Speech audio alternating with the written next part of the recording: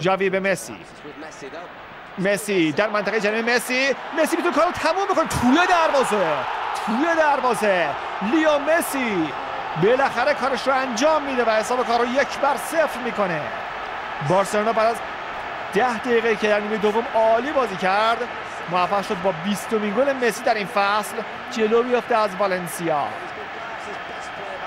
فوق‌العاده بود حرکت لیونل مسی، به همین دلیل که بهترین بازیکن جهانه.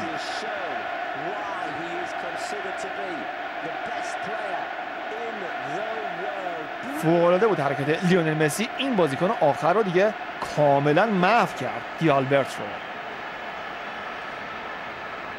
و با این ضربه قشنگ در همون زاویه بسته دروازه رو باز کرد. این بار دیگه پای سدار سانچز انقدر بلند نبود که توپو لمس کنه.